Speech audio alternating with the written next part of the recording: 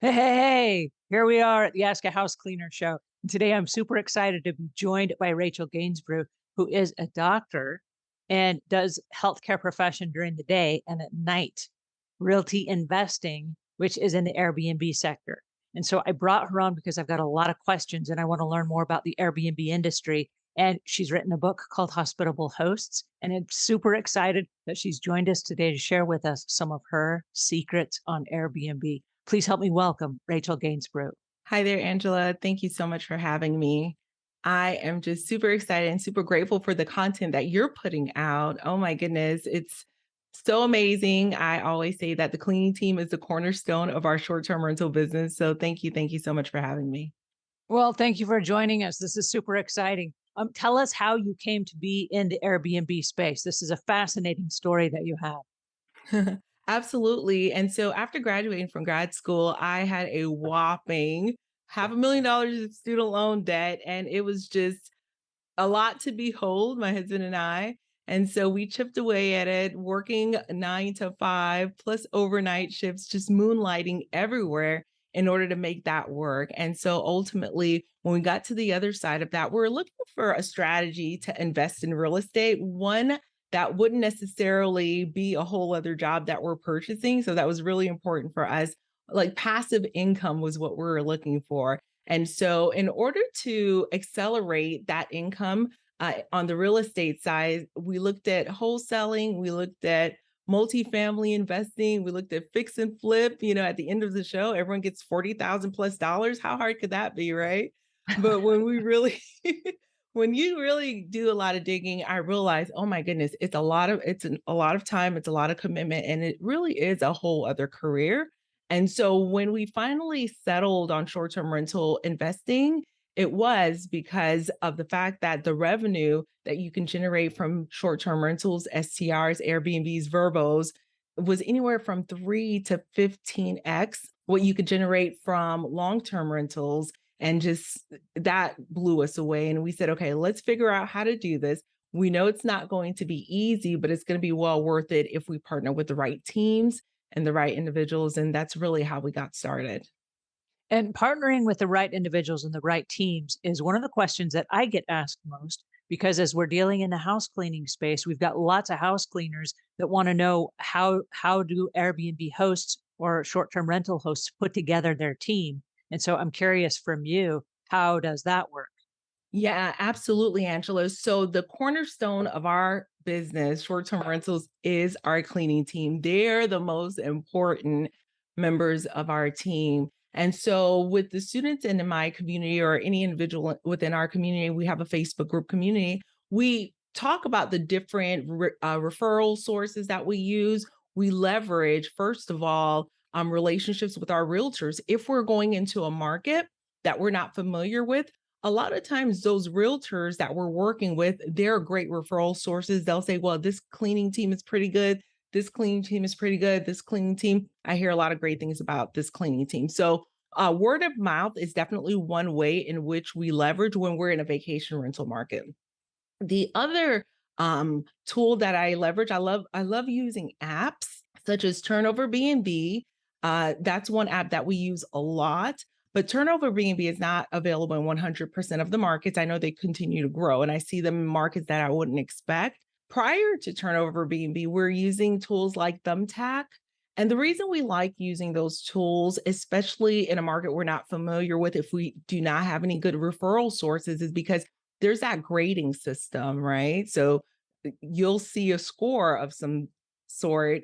You'll see the number of services that were rendered, So is this a new person, with a score of 4 stars and it was only 2 cleanings? If you can read those comments to see if it's something you can work with, overcome, or train, we can move forward with that. But if it's someone who has, 4,000 reviews and it's like a 2.5 star, then you're like, wait a minute, this might not be a good fit because ultimately that's going to reflect on your listing. One of my hacks is I look for the hosts in the area that have the 5 star cleaning reviews, and I'll reach out to them and say, hey, I'm new and lost and I don't know anything about this to be, and get that relationship eventually. I'm like, can I have your cleaning?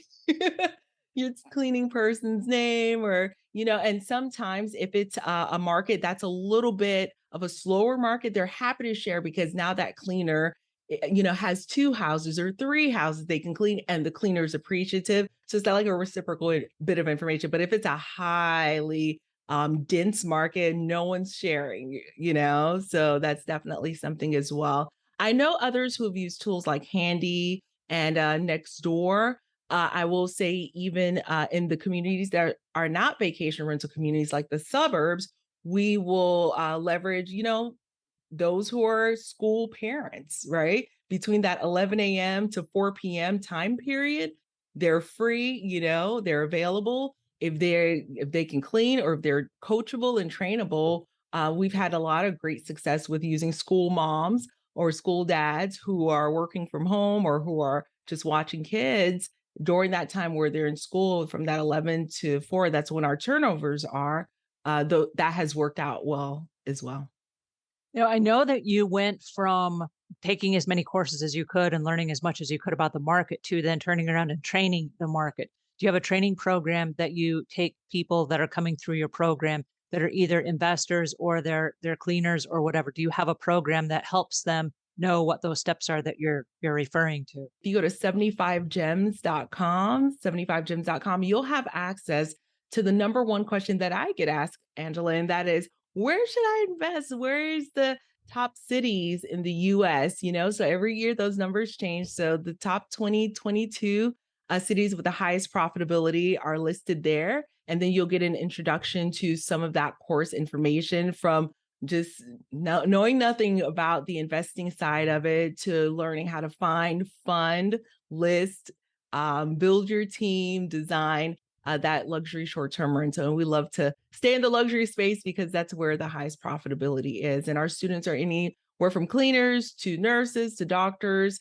just those who want to get that first short-term rental. So for people that are starting to get interested, I guess, in short-term rentals, is this a good time as we're kind of headed into a recession period? What's your read on that? Yeah, my read on it is that it's absolutely a good time because I see that the interest rates have gone up. And so if you're looking to purchase, you're feeling a certain kind of way, right, about these interest rates. But I kid you not, three people within my community a couple of weeks ago, within 24 hours, got homes under contract for under asking value. Under asking value. Let me say that again for everyone sitting in the back, under. And we haven't seen that for months. It was like this bidding war. So now the sellers are a little bit nervous, the buyers are a little bit nervous, and the inventory is just sitting there. Nobody wants to touch it. So now is the time to get something at a bargain. Oh, this is so exciting. Okay, so we can find the top 75 cities, and this is current information for Yes. people that are thinking about just getting started in the business. And then you have a program teaches them how to build a team. Housekeepers, your virtual assistants for the guest communication side, that is huge, Okay. because that ongoing guest communication.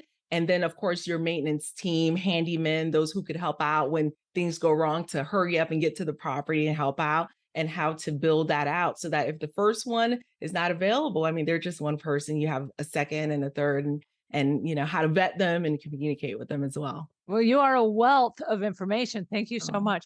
Tell our listeners where they can go to find you and then also your book. Yeah, so you can find me on Instagram at short.term.gems. I'm there. I'm on Facebook, LinkedIn under my name. And so the book that we co-wrote, it was a number of different hospitality hosts co-wrote that, and we launched it in May. It hit international bestseller, and it was just absolutely an amazing experience to just write a little bit about our experience from the host side, some of the extra special guests we got to host, from children who, may have had lifelong disability to, a Vietnam veteran. And what I love about it is that all the proceeds are going to two children's charities. So check it out, participate. It's such a heartwarming book. And I just look forward to your audience getting a read of it. Well, thank you so much, Rachel Gainsbrugh, for joining us today. This was super helpful. And I'm going to leave links to all of that in the show notes. So until we meet again, leave the world a cleaner place than when you found it.